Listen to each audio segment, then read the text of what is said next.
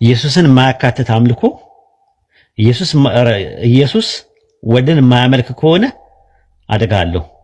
አምልኮ የማይቀበል አምላክ።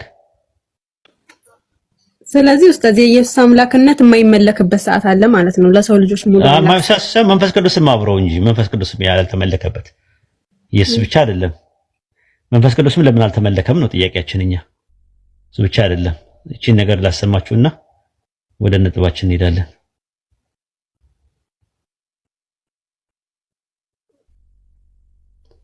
እሺ ኬልቄዶናውያን ምን ይላል መሰላችሁ? ፈቃድ ሁለት ሺህ እናገር በሉ። የስግው ቃል የምን የስግው ቃል ፈቃድ የስግው ቃል ፈቃድ ስንት ነው? ኬልቄዶናውያን ምን ይላል መሰላችሁ? ፈቃድ ሁለት ሺህ ስለሆነ እንዴት አድርገው እናጣጥማሉ? ሁለት ፈቃድ ከሆነ ሁለት ግብር ይኖራል። ሁለት ግብር ከኖረ የግብሮቹ ባለቤት የሆኑ ሁለት አካል መኖር አለባቸው አይደል? ስለዚህ ወደዛ ሲወስድባቸው እንዴት ይስማማሉ መሰለ አሉ። ይስማሙት ስጋ የራሱ ፈቃድ አለው፣ መለኮት የራሱ ፈቃድ አለው። ግን ስጋ ፈቃዱን ከመለኮት ፈቃድ ሳያቃርብ ለዘላለም ለመለኮት ፈቃድ እየተገዛ ይኖራል። እየሰማችሁ አይደል? መልሱ እንጂ ምን እያለ ይኖራል? ምን እያለ እየተገዛ ምን እያለ ስለዚህ በክርስቶስ ውስጥ ገዢና ተገዢ አለ ማለት ነው አይደል? አምላኪና ተመላኪ አለ ማለት ነው አይደል? ሚሆን ከሆነ ስለዚህ ተመልክ ስጋው አምላክ መለኮቱን ምን ይለዋል ማለት ነው? ያመልከዋል ማለት ይገዛለታል፣ ያመልከዋል ማለት ነው። እንዲህ ሚሆን ከሆነ ራሱ ክርስቶስ ውስጥ ማን ነው እሺ የሚያመልከው? የቱ? አሁን ለምሳሌ እኔ ውስጥ ስጋ አለ። እስቲ ቁረጡት። የትኛው ጋር ነው ስጋ? የቱ ጋር ነው ነፍሴ? እሺ አልገባችሁ?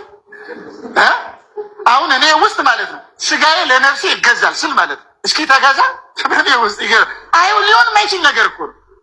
እኔ ውስጥ ራሴን እያመለኩ ነው። ራሱ ክርስቶስ ውስጥ ያለው ራሱን ያመልከዋል ማለት ይገዛል እኮ። አንዱ ገዢ አንዱ ተገዢ። በስመ አብ ወልድ። ይሄም በስመ አብ ብለውና እና የተወገዘ ትምህርት ነው ማለት ነው። እንዲህ ይላሉ እነሱ። ሰማሽ? አይሆንም ነው። ኢየሱስ ራሱን አላመለከም ነው። አሁን ጥያቄያችን ምን መሰለሽ? ኢየሱስ ራሱን ካላመለከ ሲያመልክ የነበረው ማንን ነው ነው ጥያቄው። ዩቲ አብን ይሉሻል፣ መንፈስ ቅዱስን የሚል ማስረጃ የለም። ወልድ ራሱን ካላመለከ ወይ ኢየሱስ ወልድን ካላመለከ አብን ብቻ ካመለከ ኢየሱስን የማያካትት አምልኮ ከሆነ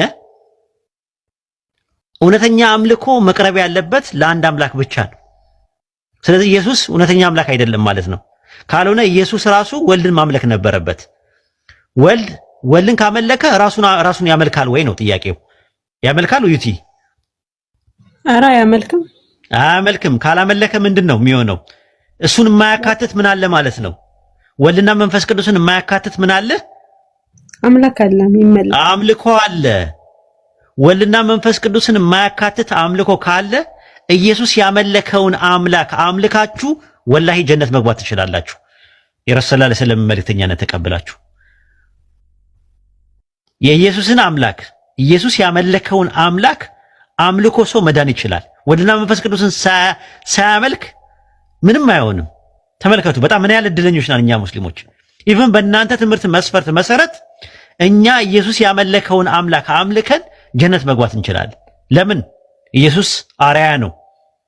አብን ብቻ ነው ያመለከው። መንፈስ ቅዱስን አላመለከም፣ ወልድን አላመለከም።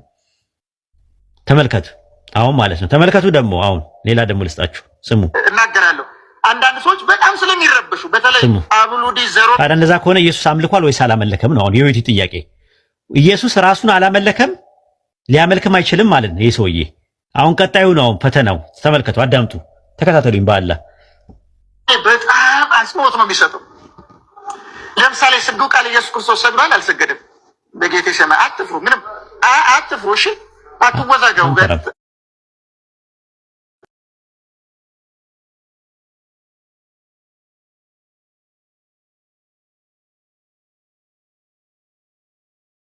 ኢየሱስ ለአብ ሰግዷል፣ ለራሱ ግን አልሰገደም። ስለዚህ ኢየሱስን የማያካትት ምን አለ ማለት ነው? አምልኮ አለ ማለት ነው። አምልኮ አለ ማለት ነው። ለአብ ሰግዷል፣ ግን ለወልድ አልሰገደም። ተመልከቱ ማለት ነው። አሁን ሌላው ደግሞ ለዮቲ ሊጨምርላት ድንግል ማርያም ማዕፀን ውስጥ ኢየሱስን የፈጠረው ማን ነው? ኦርቶዶክሶች ሥላሴ ይላሉ። ፕሮቴስታንት ደግሞ አብ ይላሉ። ከዛ ለኦርቶዶክስ ገልብጠን የምንነግራቸው ኢየሱስ ራሱን ፈጥሯል ወይ? ራሱን ፈጥሯል? አይ አልፈጠረም። ማን ነው የፈጠረለት? አብ ነው የፈጠረለት። የኢየሱስ አባትና አምላክ የተባለው አብ ነው። ለምን? ዮሐንስ ወንጌል ምዕራፍ 20 ቁጥር 17 ላይ አንድምታው ምን ይላል? ወደ አምላኬና ወደ አምላካችሁ የሚለውን ወደ ፈጣሪና ወደ ፈጣሪያችሁ ነው የሚለው። ወልድም በስጋ ስለሚፈጥረው አምላኬ ይለዋል። አንድምታው ላይ ብትመለከቱ ወደ አምላኬና ወደ አምላካችሁ ነው የሚለው። ራዕይ 3:2 ላይም ስራ በአምላኬ የሚለውን በፈጣሪ ፊት እያለ ነው የሚያስቀምጠው። አንድምታው በፈጣሪ ፊት፣ ስራዬ በፈጣሪ ፊት እያለ የሚናገር። አሁን ጥያቄ የሚነሳው ነገር ፖይንቱ ምንድነው? ስራ በፈጣሪ ፊት እያለ ሲናገር እሱን ያልፈጠረ አብ ብቻ ከሆነ የፈጠረው፣ ስለዚህ ያልፈጠሩ ፈጣሪዎች አሉ። ኢየሱስን ያልፈጠሩ ፈጣሪዎች አሉ። ማን ናቸው? ዩቲ ኢየሱስን ወልድና መንፈስ ቅዱስ። ስለዚህ ፈጣሪ የሁሉ ነገር ፈጣሪ ነው ወይስ አይደለም? ነው እንጂ ሁሉ ነገር ፈጣሪ የሁሉ ነገር ፈጣሪ ከሆነ ፈጣሪ ሁሉ ነገር የተፈጠረ ነገር ሁሉ ካልፈጠረ ፈጣሪ ምን አይደለም? ፈጣሪ አይደለም።